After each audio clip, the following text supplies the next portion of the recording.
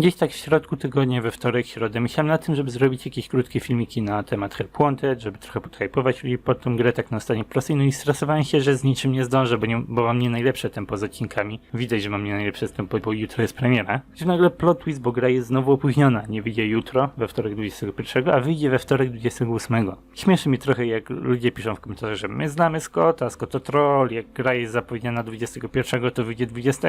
No i mieliście rację, data wydania została przesunięta, ale nie w tą stronę. Help Wanted nie jest już grą Scotta. Scott nie może sobie zdecydować, że puści grę wcześniej, bo jest już gotowa, nic z rzeczy. To jest coś innego, bo duża firma ma już jakieś zobowiązania, nie może tak się po prostu bawić jak Scott, jako pojedyncza osoba tworząca grę. To już nie jest taka zwyczajna mała indie gierka. Jak już mówiłem, chcę zrobić parę odcinków, ale nie chcę też robić jakichś kijowych, losowych tematów na siłę, więc jeśli macie jakieś pomysły, ale chodzi mi tutaj specyficznie o Help Wanted, a nie o inne gry, to spróbuję zrobić ile dam radę przed premierą, rzućcie jakieś pomysły. Mam teraz więcej czasu niż oryginalnie sobie wyobrażałem. Co więcej mogę powiedzieć z newsów o samym Help Wanted, trochę więcej szczegółów na temat sytuacji. Steel Wolf Studios nie podało konkretnych informacji dotyczących tego, czemu premiera zostaje opóźniona, ale wspomnieli, że nowa data daje im lepsze możliwości marketingowe, a po drodze wykorzystają też ten dodatkowy tydzień, żeby doszlifować grę, doszlifować gameplay. Nie wiem co to może być, może chodzi o jakąś lepszą reklamę, ludzie spekulowali, że to może być coś pokroju tego wczesnego dostępu dla youtuberów, jak to często Scott robił, a może jakaś inna kampania reklamowa, ciężko powiedzieć. Coś planują, jest szansa na to, że to jakieś biznesy w tle, których nigdy nie dowiemy się jakie były, nie mają dla nas znaczenia i tylko gra dla nas jest opóźniona o tydzień. Steel Wool potwierdziła, że coś jest w planach w temacie jakiegoś ewentualnego nowego trailera. Nie powiedzieli tego jednoznacznie, ale coś się dzieje. Może jakiś mini teaser, może jakieś właśnie gameplaye youtuberów, jak już mówiłem, które będą robiły w pewnym sensie za trailer reklamę gry. Co jak co, to tyle w temacie Help Wanted. Zostało 8 dni, planuję spróbować nagrać jeszcze jakieś filmiki przed premierą, żeby podtrzymać hype, ale niczego nie obiecuję, wiedząc jakie mam tempo odcinków. Ale jest jeszcze jeden news, czyli książki FNAF.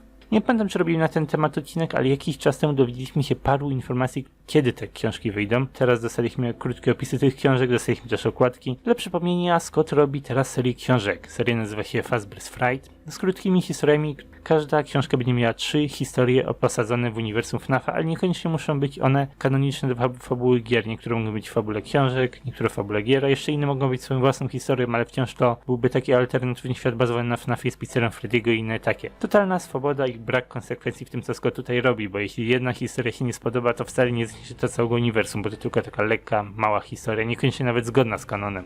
Ta nowa seria nie będzie już pisana przez Kirę Brett Weasley, która zajmowała się tą główną książkową trylogią. Scott teraz pracuje z innymi osobami, z różnymi osobami nawet. Pierwsza książka to Into the Pit, czyli do dołu, wskakiwaj do dołu, gdzieś w kontekście okładki The Pit, czyli dół, to także Ball Pit, czyli ta strefa z kolorowymi piłeczkami, w której dzieci mogą się bawić, taka typowa zabawa w tego typu miejscach jak pizzeria Freddy'ego. Książka ma wyjść w grudniu tego roku po świętach i Scott będzie ją pisał z Ellie Cooper, o której nie mamy tutaj za dużego tła, a także z pomocą Lady Fishy, która tworzy arty do książki. W książce najwidoczniej pojawi się Spring Bonnie, bo ta okładka wydaje się być właśnie Spring Bonnie. Ciężko powiedzieć, może to jest jakiś inny animatroniki, tylko z tej pozycji tak to wygląda. Póki co wydaje mi się, że to Spring Bonnie z Fredbearsów, a nie ten z Freddy's.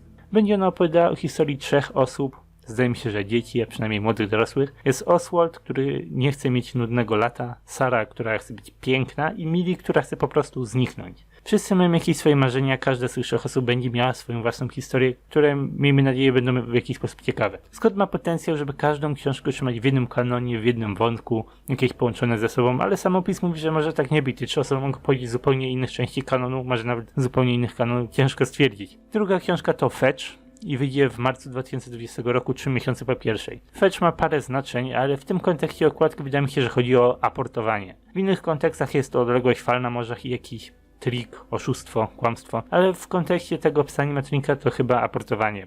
Ewentualnie aportowanie i oszustwo w jednym, takie dwuznaczne słowo. Tę książkę Scott będzie pisał z Andreą Wagener, która już ma jakąś historię, ale też nie za dużo, a także z Carly Ann West, która już ma bardziej rozpoznawalną historię, zajmowała się ona książkami do innej indie gierki, którą pewnie wszyscy dobrze znamy. Hello Neighbor. No i art od Lady Fishing. Trójka z tej książki to Greg, Alec i Oscar, którzy zawsze byli pamiętani, wyśmiewani. Chcą teraz zdobyć więcej kontroli nad swoim własnym życiem. Greg będzie eksperymentował z jakimiś kontrowersyjnymi naukami, jakieś laboratoryjne prace. Alec zamierza zdemaskować swoją popularną siostrę, a Oscar chce coś zabrać, wydaje mi się, że ukraść. To już się tutaj zmienia. W pierwszej książce mamy 3 dzieciaków i historia mogłaby się zakończyć zaciągnięciem do safe roomu. Tymczasem ci tutaj to tym momencie wydają się być złoczyńcami. Greg będzie coś eksperymentował, co kojarzy się z Remnantem. Alec chce zdemaskować siostrę, więc zaplanuje jakiś masterplan, który prawdopodobnie będzie miał miejsce w restauracji, ile się skończy. A Oscar chce coś ukraść. Jedyny sposób, w jaki ja mógłbym to połączyć z FNAF-em, to pewnie chce coś ukraść z Freddy's. Albo z innej restauracji, jaka pojawi się w książce. Te historie mają jakiś potencjał, żeby istnieć w alternatywnym świecie. Mam tutaj psa na okładce, o którym nic nie wiemy. To może być jakaś alternatywna wersja paczki Freddy'ego, to może być jakaś nowa restauracja z animatronikami, ciężko stwierdzić. No ale równie dobrze może to być fabula gier i siostrzana lokacja. Widząc animatronika psa, cały fandom jednym tchem powiedział Sparky. Sparky to pierwszy fanowski animatronik fake.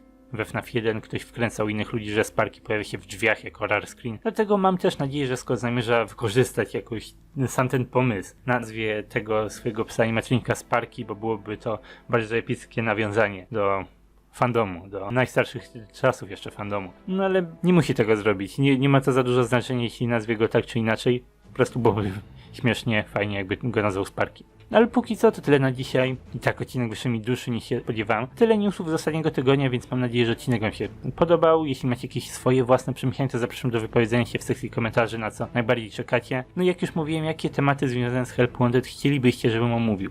Dziękuję za oglądanie i zobaczymy się jeszcze w komentarzach.